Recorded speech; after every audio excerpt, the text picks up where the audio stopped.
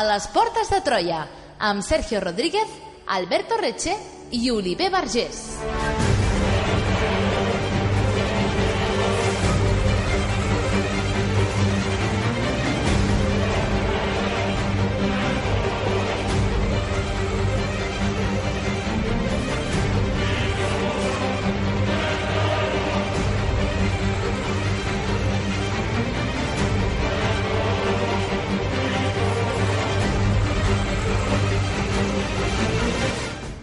La batalla de Pydna va tenir lloc un calorós 22 de juny, a prop de la ciutat de Pydna, una antiga polis grega situada al golf de Tessalònica, de la que encara queden restes arqueològiques.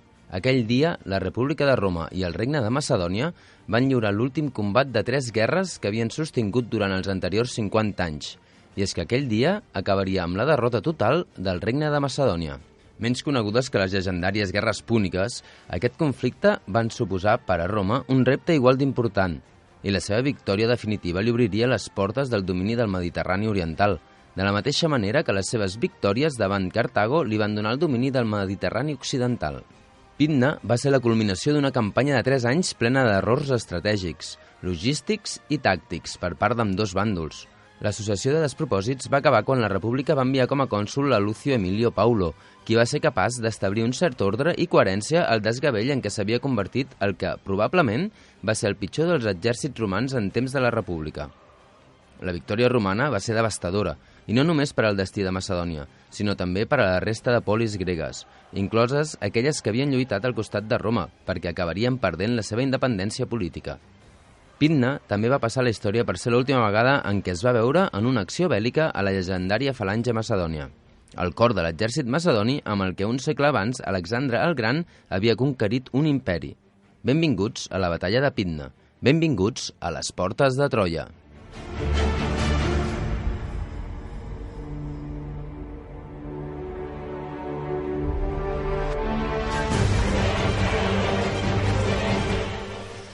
Benvinguts i benvingudes una setmana més a les Portes de Troia. Enfrontem el tram final de la temporada des dels estudis de Ràdio Castellar, el programa d'història de la xarxa. Avui parlarem de la batalla de Pydna, un enfrontament entre la República de Roma i el Regne de Macedònia, i ho farem amb el Jorge Haro, llicenciat en Dret i expert en la matèria. Benvingut, Jorge. Hola, muchas gracias. Jorge, per què serà important per al futur de Roma el desenllaç de la batalla de Pydna? Bueno, esta batalla es la batalla en la que definitivamente los romanos derrotan a Macedonia y por tanto eliminan, digamos, de la competencia el último reino importante que tiene capacidad para rivalizar con ellos en Oriente.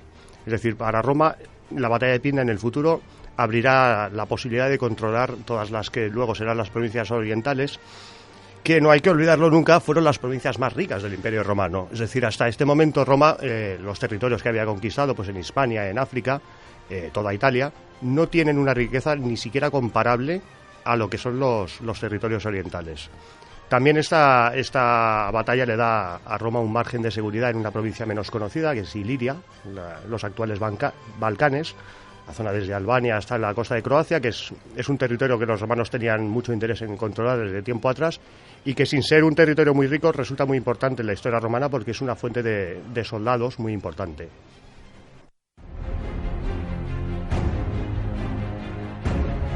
Segueix-nos a facebook.com/Portes de Troia o a Twitter @Portes de Troia. Descarrega't el podcast des d'iBooks o iTunes.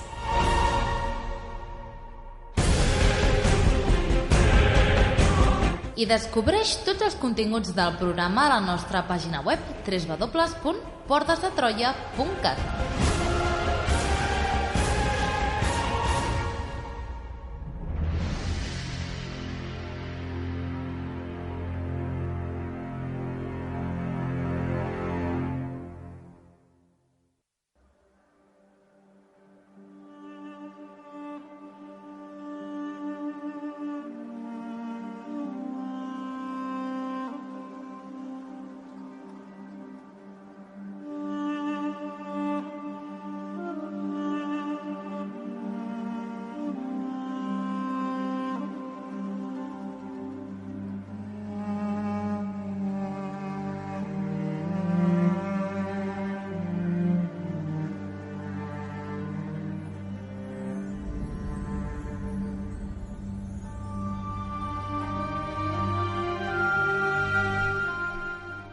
Molt bé, doncs comencem el programa d'avui, com sempre ens agrada fer, situant els nostres estimats oients en el període històric del que avui parlarem i per començar a conèixer i situar així els principals protagonistes d'avui.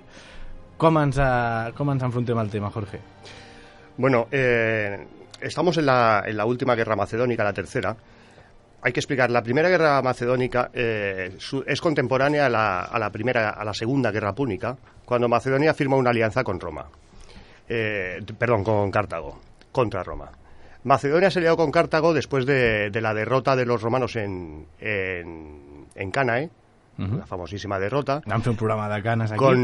Con la intención de controlar Iliria, esta provincia de la que hemos hablado antes, que es un lugar donde chocan los intereses de Macedonia y de la República Romana.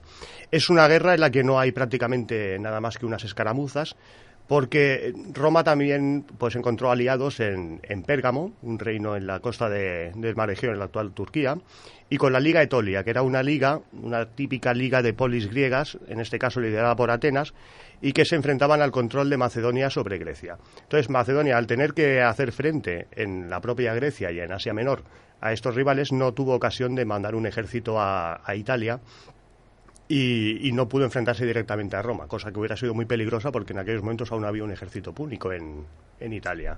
Así que en el año 205 Roma y Macedonia firman una paz bastante equilibrada. Firman una paz ya en el momento en que Cartago ya prácticamente se ve venir que va a perder la guerra, y bueno, es una paz equilibrada, pero que solo dura con 5 años, porque una vez que acaba la guerra con Cartago, Roma tiene que acudir en ayuda de sus aliados de Pérgamo y de la Liga Etolia. ¿Por qué? Pues porque continuamente el reino de Macedonia de Filipo V les agrede, les ataca en determinadas posiciones, y evidentemente estos aliados que han sido aliados de Roma mientras Roma sí estaba en guerra con Macedonia piden ayuda y vuelve la guerra. Esta es la segunda guerra macedónica y dura tan solo 3 años. Vuelve a repetirse el juego que se había dado en la primera guerra, y es que los dos bandos se dedican a buscar aliados en las ciudades griegas para ver quién consigue más y dominar un poco la política griega. En este caso los romanos consiguen llevar un ejército a Grecia, y los éxitos militares que van teniendo pues consiguen que la mayoría de ciudades griegas se posicionen de su lado, de modo que Macedonia tiene que acabar firmando la paz. Esta es una paz que ya no es equilibrada, aquí Macedonia ha perdido la guerra, y lo que pasa es que, claro, no ha sido, aunque ha perdido algunas batallas, ni su territorio ha sido invadido, ni tiene su ejército destruido, y además sigue teniendo algunos aliados. Así que firma una paz en la que acaba la Segunda Guerra Macedónica, y ya la Tercera Guerra Macedónica tardará 30 años en volver a empezar, porque los macedonios no atacan siendo conscientes de que no están en posición para hacerlo. Molt bé, i encara que no serà un protagonista en el dia d'avui, i si més no serà un protagonista directe, has mencionat Grècia. En aquell moment, què podem dir del moment polític i, diguéssim, del context històric grec? Bueno, Grecia, una vez que acaba el imperio de Alejandro y después de la guerra de los epígonos, Grecia queda sometida teóricamente al reino de Macedonia, que es uno de los reinos que resultan de esta guerra. Sin embargo, las polis griegas, que consiguen mantener una gran parte de su autonomía, consiguen después independizarse más o menos de Macedonia, pero en realidad, y de forma bastante absurda, vuelven a la misma dinámica que habían tenido antes de la conquista por parte de Macedonia, vuelven a los conflictos internos entre ellos, vuelven a dividirse, cosa que permite que otros estados, principalmente Macedonia, pero que luego lo hará Roma también, intervengan en su política posicionándose al lado de unas alianzas u otras. Las principales alianzas en este momento son la Liga Etolia, que es la dirigida por Atenas, y luego también está una liga llamada la Liga Aquea, que será importante en el conflicto macedónico porque entre Macedonia y Roma intenta mantener la neutralidad, cosa muy difícil y que además al final le trae más problemas que otra cosa. Molt bé, doncs ja hem situat breument els moments en els que es troben tant Roma com Macedònia, però quins serien els motius tant a llarg i com a curt termini que portarien a l'enfrontament que avui coneixerem entre aquestes dues potències de l'antiguitat? Bueno, la causa inmediata de la guerra es uno de los habituales conflictos sucesorios que ocurre en el Reino de Macedonia. Muy normalmente en Macedonia, cuando va a morir o muere el rey, nunca está muy claro quién va a ser el heredero, porque suelen tener más de un hijo y porque no siempre el heredero puede ser un hijo. En este caso, poco antes de morir Felipe V, hay un conflicto entre sus dos hijos, Demetrio y Perseo. Demetrio es el que en principio tenía que ser heredero y había sido enviado por su padre a Roma a negociar con los romanos. ¿Por qué? Pues porque Macedonia había hecho una serie de conquistas en la costa de Tracia que podían incomodar a los romanos, que los tenían, digamos, desde 30 años atrás los tenían vigilados. Aquí Demetrio consigue un acuerdo bastante favorable con Roma porque Roma no quiere ir a la guerra, atención. Lo que ocurre es que cuando vuelve a Macedonia, su hermano Perseo ha conseguido hacerle creer a su padre, a Filipo V, que en realidad Demetrio les ha traicionado, que se ha puesto de parte de los romanos y que ese acuerdo no es ventajoso. Esto no le fue demasiado bien a Demetrio, que acabó siendo envenenado por su propio padre y murió. Posteriormente Filipo V supo la verdad, es decir, él se arrepintió, pero ya no pudo hacer prácticamente nada, porque estaba ya en las últimas y de hecho murió al poco tiempo, en el año 179 a.C. Murió además el pobre abandonado por su pueblo, porque el pueblo macedonio se puso de parte de la política agresiva de Perseo, que hablaba de recuperar la grandeza de la antigua Macedonia, y por tanto, pues aquella política de buscar acuerdos con Roma no les parecía tan buena. Fue además enterrado sin honores y en cuanto Perseo accedió al trono, pues empezó ya a buscar aliados en Grecia, en Tracia y casi con cualquier aliado con cualquier enemigo de los aliados de Roma, más que enemigos de Roma. En el año 172 a.C., la situación ya para el reino de Pérgamo, que era el principal amenazado, era muy alarmante. Tan alarmante que el propio rey Eumenes se va personalmente a Roma y se va al Senado a pedir ayuda y a pedir la intervención. Y en el año 171 empieza la guerra, que és cuando ya los romanos llevan su ejército a Grecia. Molt bé, i situats una mica les causes que poden haver-hi dintre del regne de Macedònia, ara parlarem de la República de Roma, on coneixerem que poder la situació tampoc no era òptima, per molts motius, em temo. Bueno, ya hemos comentado que los romanos no querían ir a la guerra y se lo pensaron mucho. Al pensárselo mucho, además, dejan avanzar a los macedonios, les dejan ocupar posiciones, intervienen tarde y además intervienen prácticamente obligados cuando un aliado muy directo como el reino de Pérgamo les pide la intervención, incluso por medio de su propio rey, y porque las polis griegas aliadas de Roma no se encuentran seguras. Roma no tenía un buen momento económico, no tenía condiciones materiales para embarcarse en una guerra macedonia, no tenía dinero. Macedonia tenía muchos más recursos, era un país mucho más rico, y además Macedonia había hecho más aliados en Grecia. La República Romana en ese momento está fatigada porque después de ganar la guerra con Cartago, la Segunda Guerra Púnica, han conseguido controlar el Mediterráneo occidental. Pero las provincias que controlan no son especialmente ricas y además son conflictivas. Es decir, Roma ya se está embarcando en las que luego serán las larguísimas guerras de Hispania y además tiene guerras en Liguria, en toda la zona de la costa francesa, de la costa mediterránea, tiene guerras en África con los que han sido sus aliados y otros los enemigos de sus aliados con Cartago. Y bueno, incluso aunque los cartagineses ya no son un peligro, porque de hecho los cartagineses son aliados de Roma ya, después de la Segunda Guerra Púnica, y en esta guerra se comportan como tales, aún así los frentes abiertos, digamos, por parte de Roma eran muchos. Era más que un problema de tener un enemigo poderoso, es tener muchos pequeños y muy diversificados por el territorio. Y para colmo de males, los cónsules que Roma envió a Grecia para dirigir el ejército resultaron ser unos incompetentes y además unos corruptos. Eran unos corruptos y además las riquezas que habían en Grecia, que no eran comparables a lo que se conocía en Italia o en el occidente, eran mucho más, avivaron la codicia de unos cónsules pues ya de por sí corruptos, que cuando estuvieron allí pues se dedicaron más a su lucro personal que a organizar ni el ejército ni ningún tipo de gobierno. porque venían de un territorio que era, aunque hoy en día nos sorprenda, era mucho más pobre económicamente, aunque fuera más potente militarmente. Y de ahí empieza que el inicio de la guerra para los ejércitos romanos es desastroso. Quin va ser el primer enfrontament?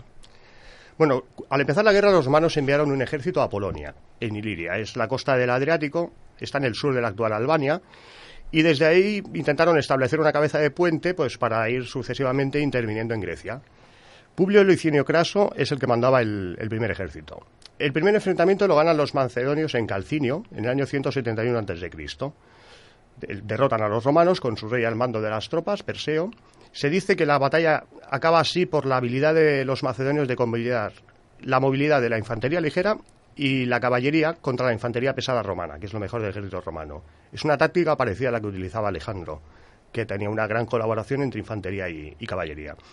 Pero el rey Perseo aquí cometió el primero de los muchos errores que va a caracterizar la manera que tuvo de dirigir esta guerra. Y es que no aprovechó la victoria, volviendo a atacar a los romanos, sino que pasó a la defensiva, que era la táctica por la que él se había decidido, era defender su territorio. Y de este modo pues permitió a los romanos, que estaban derrotados, reponer sus bajas, abundantes bajas, y traer refuerzos desde Numidia en el norte de África, y entre estos venían elefantes de guerra, un arma que los macedonios no tenían y que los romanos históricamente conocían como enemigos, es decir, las hubieran usado contra ellos los cartagineses, pero aquí los tienen ellos. Además de esto, la lealtad de algunos aliados de Roma se ha visto a lo largo de la batalla que es bastante débil. Perseo hubiera podido hacer algo más para aprovechar estas debilidades de los romanos y cometió el error de no hacer nada. Com va anar evolucionant el conflicte després d'aquest primer enfrontament? Bueno, los romanos cambiaban los cónsules cada año, entonces al siguiente año viene otro cónsul y inicia otra campaña. Bueno, este nuevo cónsul resulta ser igual de incompetente que el anterior, y de modo que también se vio derrotada en el campo de batalla por Perseo. Era Aulio Hostilio Mancinio, y bueno, él trató de intentar avanzar contra Macedonia a través de la llanura de Tesalia. La llanura es el mejor escenario posible para la falange macedonia, entonces fue derrotado. Y ya en el año 169 pues tiene que venir el tercer cónsul, que es Quinto Marcio Filipo.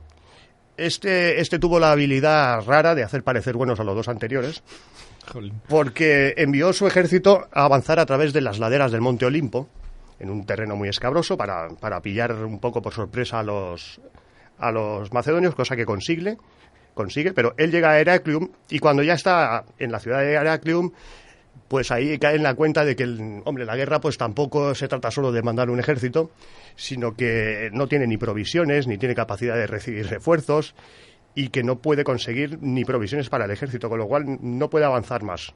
Hubiera podido ser un desastre absoluto si no fuera porque el rey Perseo cometió otro más de sus errores, un error prácticamente genial, porque cuando vio aparecer al ejército romano por las laderas del Olimpo, pensó que estaba derrotado del todo, con lo cual ordenó al ejército huir a Pidna, que es donde luego tendrá la batalla lugar, quemar la flota y el tesoro que llevaba, ocultarlo en el mar, o sea, hundirlo en el mar, en un sitio del que sabía que se podía recuperar, pero hundirlo en el mar. Este es el estado de pánico al que llegó. Aquí ya queda claro que esta guerra la va a ganar el que se equivoque menos, porque por aciertos no es. Queda clar, estimats oients, que ens espera un programa interessant. A les portes de Troia, la història a la ràdio. Descobreix tots els continguts del programa a www.portesdetroia.cat.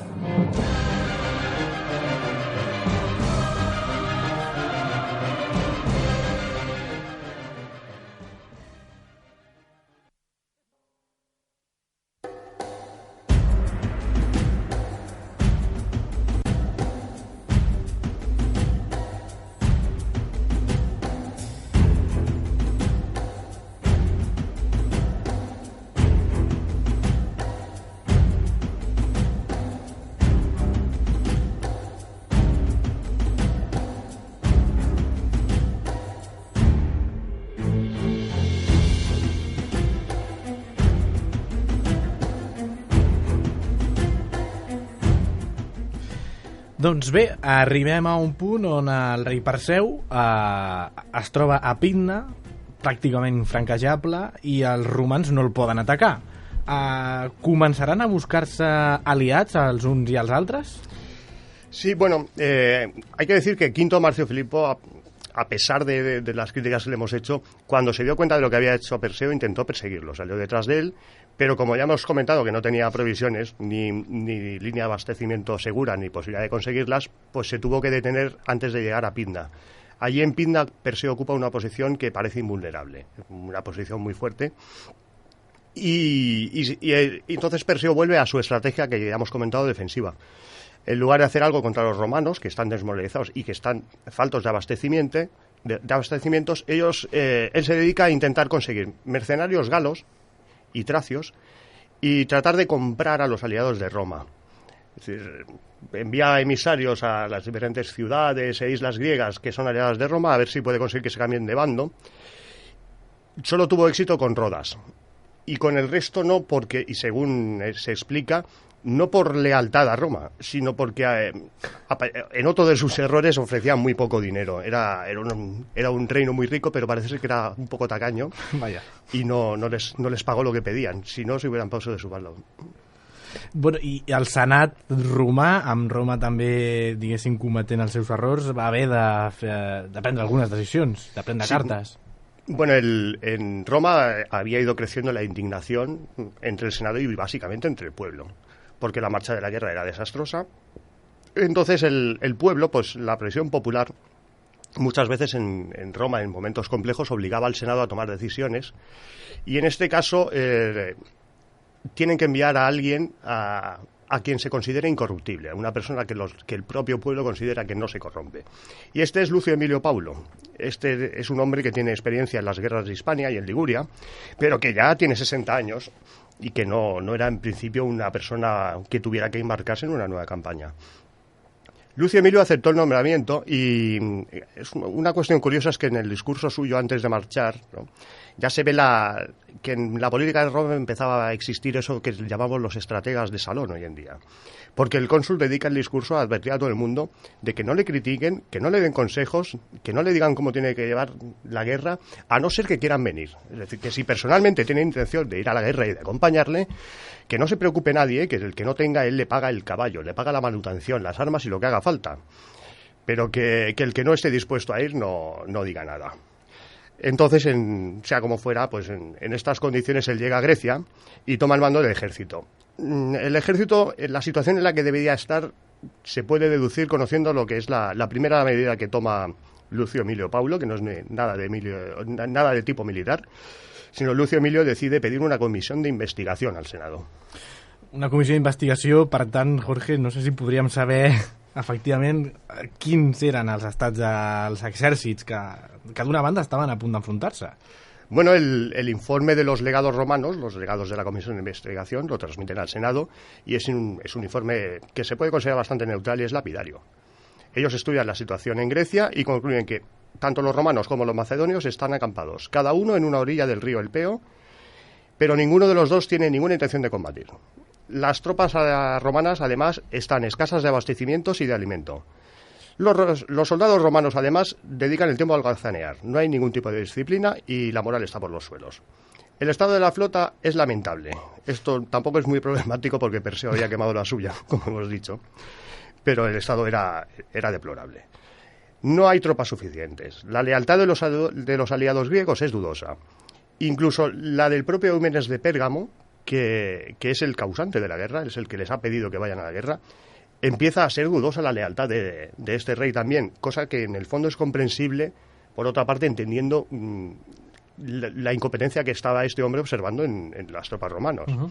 Desde luego que una batalla tan decisiva en la historia, que empiece con dos ejércitos en un estado tan lamentable, yo no la conozco.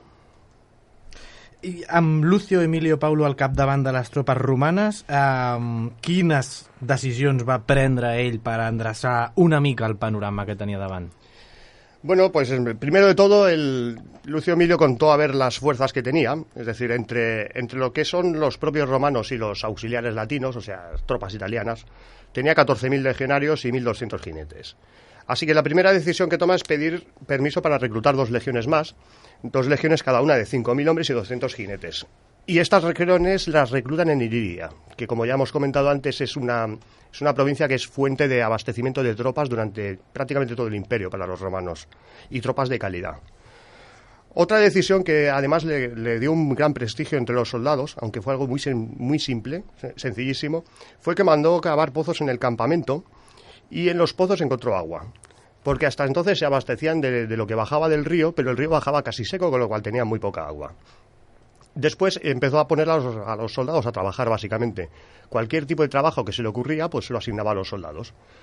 Básicamente para que hicieran algo, en lugar de pasarse el día pues ociosos, como habían estado y sin hacer nada. Lucio Emilio tenía pensado pasar a la ofensiva en cuanto estuviera preparado y recibiera los refuerzos, ya que estaba seguro, y en eso acertó, de que Perseo no le iba a atacar a él. Y efectivamente, en otro error mayúsculo, pues Perseo permaneció en su campamento mientras los romanos trabajaven i esperaven sus refuerzos. Molt bé, i Perseu, per la seva banda, que el tenim allà a Pidna, quines decisions prendria? Bueno, aun cuando Perseo cometiera el error que hemos comentado de no atacar, esto no quiere decir que no fuera consciente del peligro que corría y que no tomara decisiones. Él hizo dos cosas, básicamente. En primer lugar, envió una fuerza de 5.000 soldados macedonios de la propia Macedonia, no aliados ni mercenarios, gente de confianza, a bloquear un paso montañoso por el cual Lucio Emilio le podía atacar. También envió fuerzas de caballería a la costa por si acaso intentaban un desembarco los romanos. Y aparte de esto se dedicó a fortificar la orilla del río, que estaba casi seco, en realidad era una posición ya muy fuerte, pero se dedicó incluso a fortificar más esa orilla en coherencia con la estrategia que él tenía, que era defenderse, básicamente. A diferencia de lo que hacía Lucio Emilio, Perseo no quiso utilizar a sus hombres en estos trabajos, o a lo mejor es que ellos no querían trabajar, quién sabe, de modo que mandó hacer estas tareas a las mujeres de las ciudades vecinas. Molt bé, i com es plantejava la batalla al bàndol romà? Quin era el pla de batalla de Lucio Emilio Paulo? Bueno, la que originalmente era la idea de Lucio Emilio era atacar directamente, pasar por el puerto de montaña del Olimpo y atacar de frente al ejército macedonio. Pero allí la gente de la zona, los lugareños, pues le advirtieron de que Perseo había enviado allí a tropas macedonias, estos 5.000 hombres que hemos comentado antes, y de que no podría hacerlo. Entonces decidió rodear todo el monte Olimpo por su izquierda, es decir, el Olimpo hacia el interior, no hacia la costa, para que aparecieran las tropas a las espaldas del campamento enemigo. Entonces cogió una parte del ejército y lo puso al mando de Publio Escipión Nasica, otro ilustre patricio, miembro de la familia de los Escipiones. Y bueno, este movimiento, claro, evidentemente se tenía que hacer en secreto, se tenía que hacer a base de marchas nocturnas para que no fuera detectado. Y evidentemente, pues como ya viene siendo habitual en esta campaña que estamos narrando, pues hubo errores y problemas y se descubrió. En este caso fue un romano que desertó e informó a Perseo del movimiento que estaban haciendo. Ahí Perseo lo que decidió es enviar una fuerza considerable para bloquear el ejército de Publio Nausica, pero envió mercenarios. En este caso no envió a los propios macedonios, no envió las tropas de más calidad, y fueron derrotados y tuvieron que retirarse. Aún así, el efecto sorpresa, es decir, en el ataque de Publio Escipión, el efecto sorpresa ya estaba perdido. Uh-huh. Para ocultar este movimiento, Lucio Emilio también había enviado otra fuerza más pequeña a lo largo de la costa, de forma que Perseo, que ya había enviado su caballería en esa prevención, ¿no?, como hemos comentado antes, creyera que él estaba allí esperando un desembarco. Claro, todo esto significa que Perseo hubiera podido utilizar la mayor parte de su ejército para aplastar a cualquiera de estos dos ataques. Para que no pudiera hacer eso, Lucio Emilio pues se vio obligado a fingir o a realizar unos ataques cada día, durante 3 días, de escaramuzas contra las fortificaciones de la orilla de los macedonios. Ellos atacaban desde su lado del río, atacaban las fortificaciones y máquinas de guerra de los macedonios. Estos combates fueron a base básicamente de armas arrojadizas, es decir, las tropas ligeras que lanzaban jabalinas, piedras, eran las que básicamente se batían. Cabe decir que aquí tiene ventaja los macedonios, porque en este tipo de tropas ellos tenían gente de más calidad, tenían gente con más nivel, mientras que los romanos pues van muy acostumbrados pues al legionario que lanza el pilum, pero que es el mismo legionario que no es especialista, es tropa pesada, y esto lo hace pues solo en los inicios de la batalla. Las escaramuzas tenían que durar 3 días, ya hemos comentado, pero el tercer día los romanos ya ni siquiera salieron del campamento. No salieron porque los 2 días anteriores, en esas escaramuzas, las bajas eran casi siempre en contra de los romanos. Ellos tenían muchas más pérdidas que los macedonios, que como hemos dicho tenían mejores tropas, además tenían máquinas de guerra en las fortificaciones. De hecho, que cuando los romanos todavía no estaban en distancia de lanzar sus pilum contra las fortificaciones romanas, ellos ya tenían bajas porque las máquinas de guerra macedonias ya les daban. I davant de tota aquesta situació que acabes de narrar, Perseu es va haver de retirar? Bueno, pues sabiendo que le atacaban desde 2 direcciones, tanto Lucio Emilio como Publio Cornelio, que no le habían podido derrotar, Perseo decidió retirarse más hacia el norte para buscar una zona llana para que las falanges macedonias pudieran maniobrar de la forma en la que estaban acostumbradas. Esta es una decisión inteligente.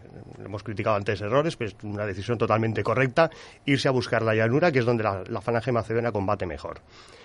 Así que se fue hacia el norte, huyó hacia el norte y estableció su campamento pues al norte del río Leucus.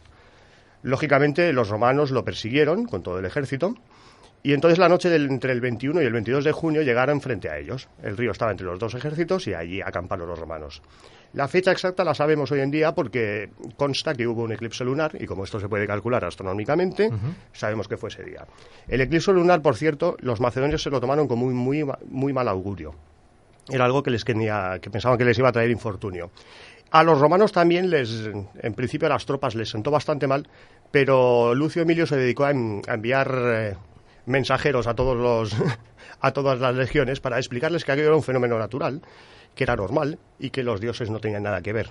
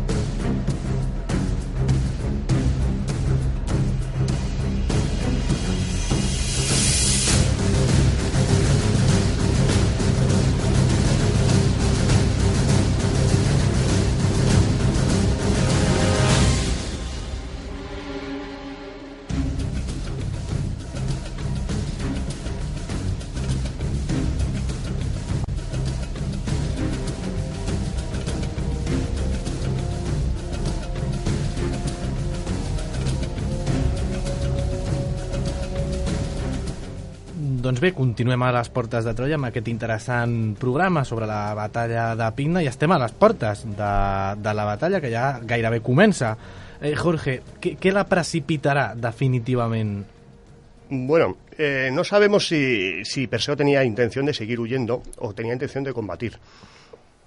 Porque los hechos, como casi todo lo que pasa en esta batalla, nada sale según lo previsto. Y los hechos pues acaban precipitándose por una casualidad, un accidente fortuito. Y es que, bueno, unos auxiliares latinos llevaban a una mula a beber al río. El río era el mismo para los dos, cada uno estaba en su orilla.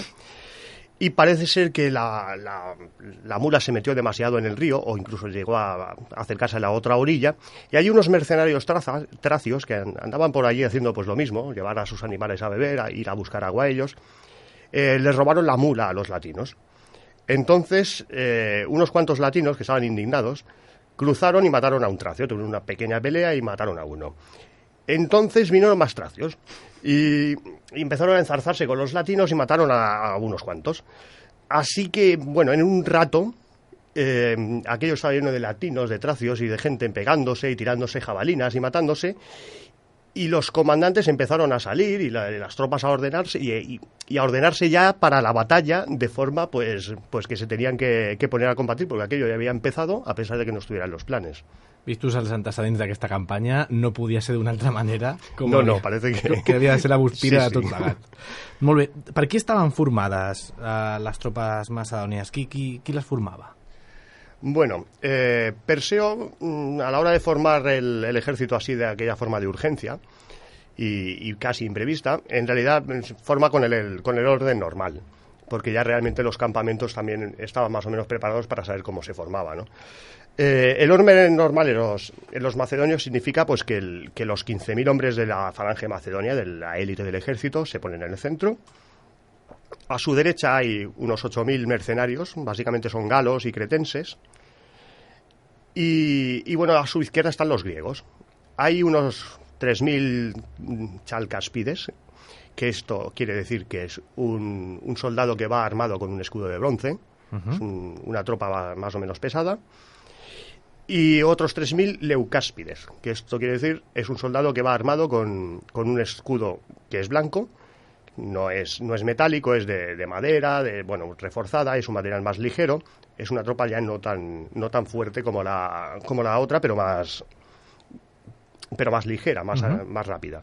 Delante de todos ellos, siempre, como en todas las batallas de la antigüedad, se ponen las tropas ligeras, las tropas que se dedican a tirar armas arrojadizas, que en el caso de los macedonios son muy buenas. Ellos tienen los peltastras griegos tradicionales y además tienen los tureóforos, que son un tipo de soldado que lleva jabalinas y piedras y todas estas cosas, pero además cuentan con espadas cortas y con escudos pequeños, por si acaso hay que llegar al cuerpo a cuerpo, y que los saben manejar bastante bien. Entonces, en caso de incursiones de tropas ligeras enemigas, tienen ventaja. Y luego en las alas la caballería. La caballería se divide en dos, es decir, a la derecha tenemos a los mercenarios. La derecha del ejército la forman los mercenarios, que son tracios y osirianos, o sea, gente de los Balcanes, de la zona hacia el norte de Macedonia. Y a su izquierda, en el lado izquierdo del ejército, está la mejor caballería de la época, que es la caballería de Macedonia, la propia con el propio rey allí. La caballería que en su tiempo se había llamado la de compañeros, porque eran por ejemplo, los compañeros de Alejandro, es decir, los que se habían criado con él, pues esa tradición seguía en Macedonia. Y luego los tesalios, que eran un pueblo pues más o menos aliado de los macedonios, y que ya en Grecia, en la antigua Grecia, eran los considerados la mejor caballería. Tenían unos 2.000 jinetes a cada lado. No era mucha caballería para este tipo de batalla. Molt bé, i hem parlat de la formació i la quantitat de la formació de la tropa macedònia, i en el cas de les tropes romanes, amb qui compta Lucio Emilio? Bueno, pues Lucio Emilio Paulo también, a la hora de formar las tropas, opta por el orden más clásico, es decir, no hay ningún tipo de innovación ni ninguna genialidad, que consiste pues simplemente en poner la caballería romana e itálica, la caballería que viene desde Italia, tanto ciudadanos romanos como los aliados italianos, a la izquierda, para que se pueda enfrentar a la caballería mercenaria enemiga. Y la caballería numida, que es la de los aliados del norte de África, está a la derecha para enfrentarse a la Macedonia. ¿Por qué? Pues porque la caballería numida es mejor. A pesar de ser mercenaria, es mucho mejor que la romana, que nunca tuvieron una muy buena caballería. Y esta caballería, además de refuerzo, lleva 32 elefantes delante. Luego están las legiones. Las legiones están a la derecha, están al lado de los númidas. Las legiones romanas están protegidas por la caballería mejor. Y así tienen enfrente a los griegos, y no a los macedonios. Y luego están las dos legiones aliadas, las legiones que son iguales prácticamente que las romanas, pero de aliados italianos, y que combaten igual y tienen el mismo tipo de armamento. Estos les caerían enfrente pues los propios macedonios. Al lado izquierdo de estas hay ya 14.000 hombres que son aliados de toda Grecia y de Pérgamo. O sea, son básicamente la gente de la Liga Etolia y los soldados del reino de Pérgamo. Estos se van a enfrentar a una parte de la falange macedonia y, bueno, delante están sus tropas ligeras, que consisten en los vélites romanos, los lanzadores de jabalinas, y también arqueros de la Liga Aquea. Hay lanzadores de jabalinas libios, venidos también desde el norte de África con los númidas, Y luego también tiene algunos tureóforos, no tantos como los que hemos comentado que tenía Macedonia, pero sí los tiene porque vienen de Pérgamo. Y bueno, luego hay peltastras de Misia, hay honderos, hay de diversos lugares de Grecia tropas típicas de esos lugares muy variadas. Molt bé, doncs ja han recollit a la mula que fomenta tot aquest conflicte. Ara... No sabemos si sobrevivió la mula. No sabem què va passar a la mula. No nos lo cuentan. I ara sí que comença la batalla. Qui pren la iniciativa? Bueno, pues como en todas las batallas, como es de esperar, son los incursores, las tropas ligeras, empiezan a lanzarse proyectiles y a meterse en terreno enemigo. Aquí llevan ventaja las tropas de Perseo, ya hemos comentado que eran mejores, entonces incluso cruzan el río, protagonizan los primeros ataques, y bueno, esto da un fenómeno de lo que hoy en día lo podríamos llamar fuero de cobertura, porque mientras están haciendo todo esto, la falange que está protegida por estos ataques, tranquilamente, sin que nadie la moleste, consigue cruzar el río. Y esto le permite pues atacar directamente a las legiones que tienen enfrente y a los etolios, a los de la Liga Etolia. Entonces, la reacción de Lucio Emilio es lanzar él su ataque con los elefantes contra el ala izquierda enemiga, que aún no ha cruzado el río. Y este ataque resultará importante en el desarrollo de la batalla porque el ala izquierda salió perdiendo y los elefantes consiguieron, entre los elefantes y la caballería númida, consiguieron ir dispersando bastante al ala izquierda del ejército de Perseo, que va a intervenir muy poco en la batalla, lo cual a la larga incidirá en que también él personalmente intervenga muy poco. Lo que pasa es que en el centro los macedonios toman ventaja muy clarísimamente. Es decir, ellos combatiendo en su formación de falange contra los griegos y contra las legiones romanas, no tienen rival.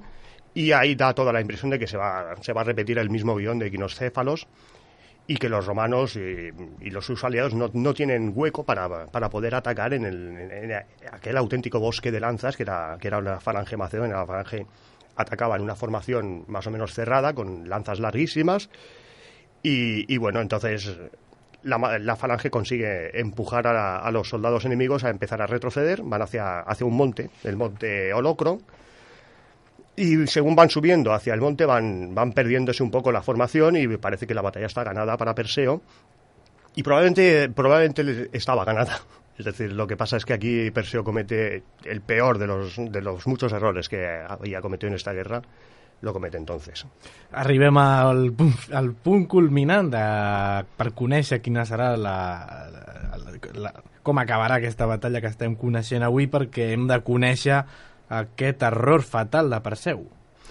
Sí, bueno, Perseo, lo normal habría sido que acabara de deshacer la formación de las legiones, que es lo que se hacía en estas batallas en la antigüedad, y después utilizar las tropas ligeras para hostigarlas, para causarles bajas, obligarlos a rendirse, agotarlos, y la caballería pues para perseguir a los fugitivos, y lo mismo, pues causarles bajas, obligarlos a rendirse o desperdigar todo el ejército. Hubiera podido ser un desastre para los romanos.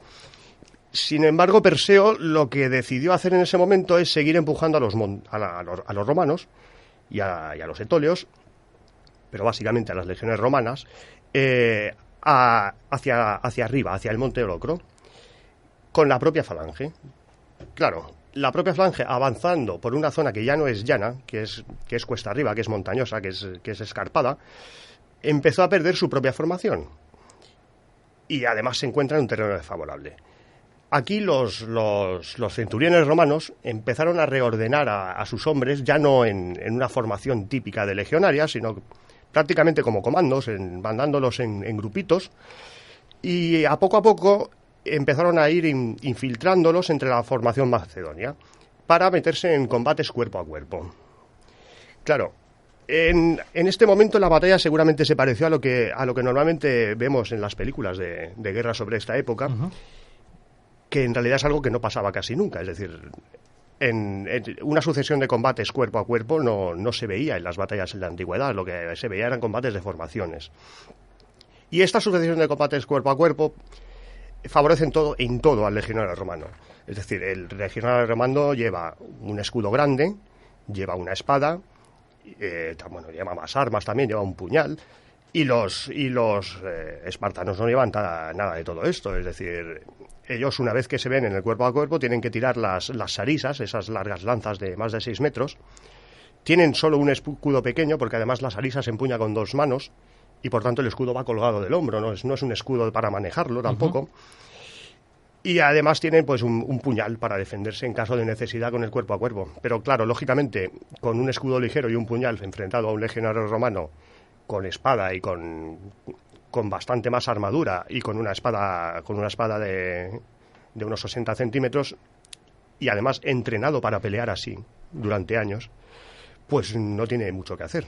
Así que en poco tiempo empezó pues una matanza. Cada legionario iba despachando a macedonios de uno en uno, sin mucha dificultad, a base de golpe de escudo y puñaladas de espada. Y para colmo de males, los mercenarios tracios y cretenses, que antes hemos comentado que estaban en el lado derecho de la formación de Perseo, tampoco pueden avanzar. Es decir, los aliados griegos son capaces de frenar a los mercenarios de forma que no pueden ir a ayudar a la falange. Así que el corazón del ejército de Perseo, que es esa falange macedonia, esos 15.000 hombres, se quedan aislados, y no solo aislados, sino además en terreno desfavorable, prácticamente rodeados. Y entonces queda Perseo con la legendaria caballería macedónica, famosa desde los tiempos de Alejandro, que como ya hemos comentado, que después del espectáculo de los elefantes y el hundimiento de ese a la izquierda de su ejército, decide huir del campo. Es decir, sin haber ni siquiera entrado en batalla, manda a su caballería que salga del campo de batalla, protegiéndole a él, lógicamente. Y bueno, se cuenta que salió entre los insultos y todo tipo de improperios de la infantería que se vio, de su propia infantería que se vio allí abandonada. Y que debían de ser conscientes en ese momento de la que les esperaba. Hay que recordar, como hemos dicho, que la cooperación entre la falange y la caballería era la gran táctica de los macedonios históricamente, la táctica de Alejandro, y Perseo ni lo intentó. A partir de aquí, la matanza que empieza entre los romanos y griegos contra los macedonios duró poco más de 1 hora. A les portes de Troia. Descobreix la teva història.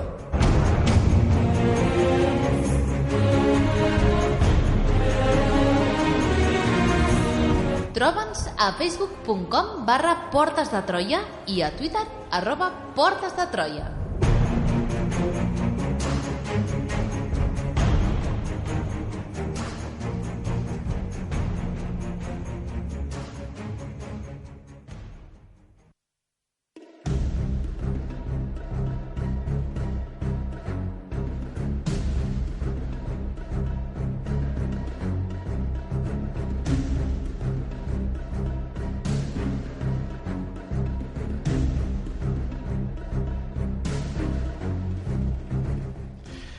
Doncs bé, com ens explicaves, Jorge, després de conèixer aquest error fatal de Perseu i la conseqüència de tot plegat d'aquesta batalla, hi va haver una matança. Sí, bueno, mientras Perseo va camino de Pela con sus jinetes y, bueno, los mercenarios y los aliados, lógicamente, intentan salvar su propia vida, se van del campo de batalla como pueden, y la falange macedonia rodeada de enemigos fue masacrada. Esto no es el final habitual de las batallas de la antigüedad, no suelen acabar en una matanza, pero en este caso sí que pasó. Es decir, en aquel momento hay que pensar que los romanos también vieron que tenían la posibilidad de acabar con el poderío militar de Macedonia de la forma más expeditiva posible, que era suprimir físicamente al corazón de ese poderío que eran esos soldados. Así que, como hemos comentado, en poco más de 1 hora los romanos y sus aliados griegos se dedicaron a matar prácticamente a casi todos los falangistas que quedaban por el campo. Molt bé, i quin va ser el balanç de baixes per cada banda? Bueno, según Tito Livio, los romanos solo perdieron 700 hombres y tuvieron unos 400 heridos. Los macedonios tuvieron 20.000 muertos y 6.000 prisioneros. Al cabo de pocos días, otros 5.000 fueron capturados.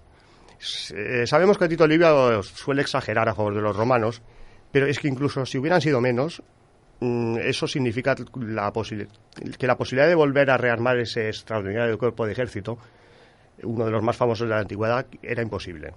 Es decir, los capturados y los muertos pues son tantos que ya no hay manera de restablecer ese ejército. Entre los capturados acaba el propio Perseo. A pesar de haber huido con su caballería, acaba siendo capturado. Y bueno, él no le va muy mal, acaba de prisionero de lujo en una villa romana. Y luego pues el resto de la nobleza pues pierde sus tierras o son deportados. Molt bé. I quines van ser les conseqüències polítiques pel regne de Macedònia? Bueno, Roma ya no tenía casi nada que temer de Macedonia, dividió el reino en 4 repúblicas y tuvo cuidado de que ninguna de ellas fuera muy poderosa. Había desaparecido por completo la posibilidad de trabar en Grecia una alianza antirromana.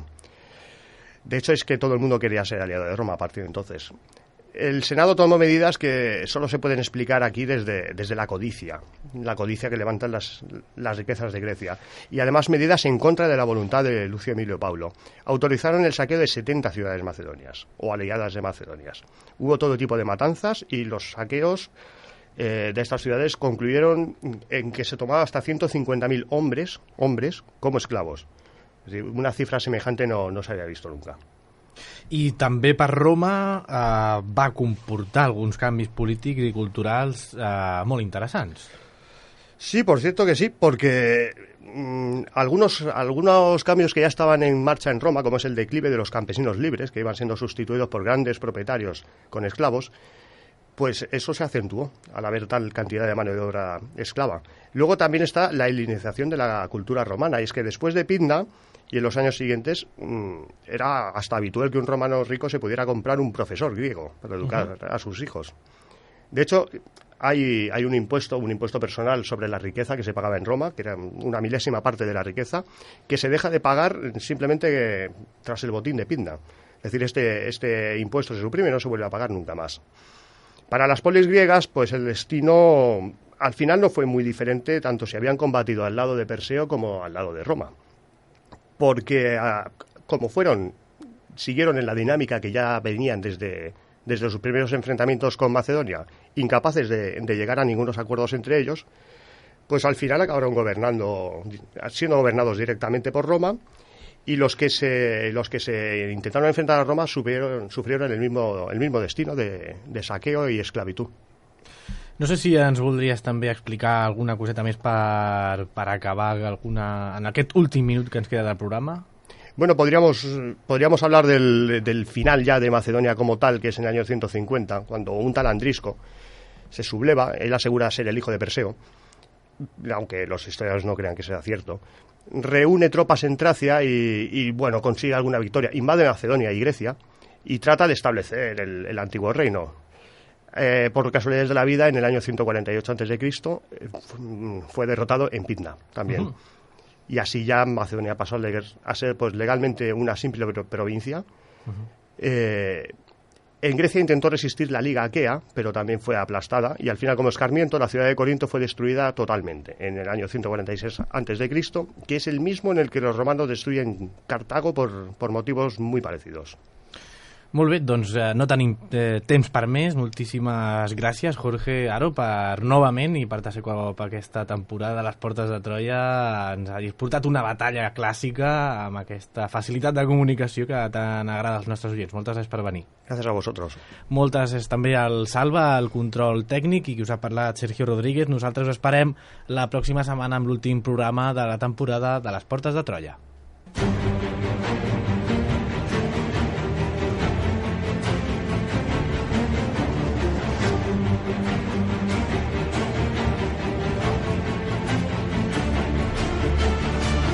Presentador Sergio Rodríguez.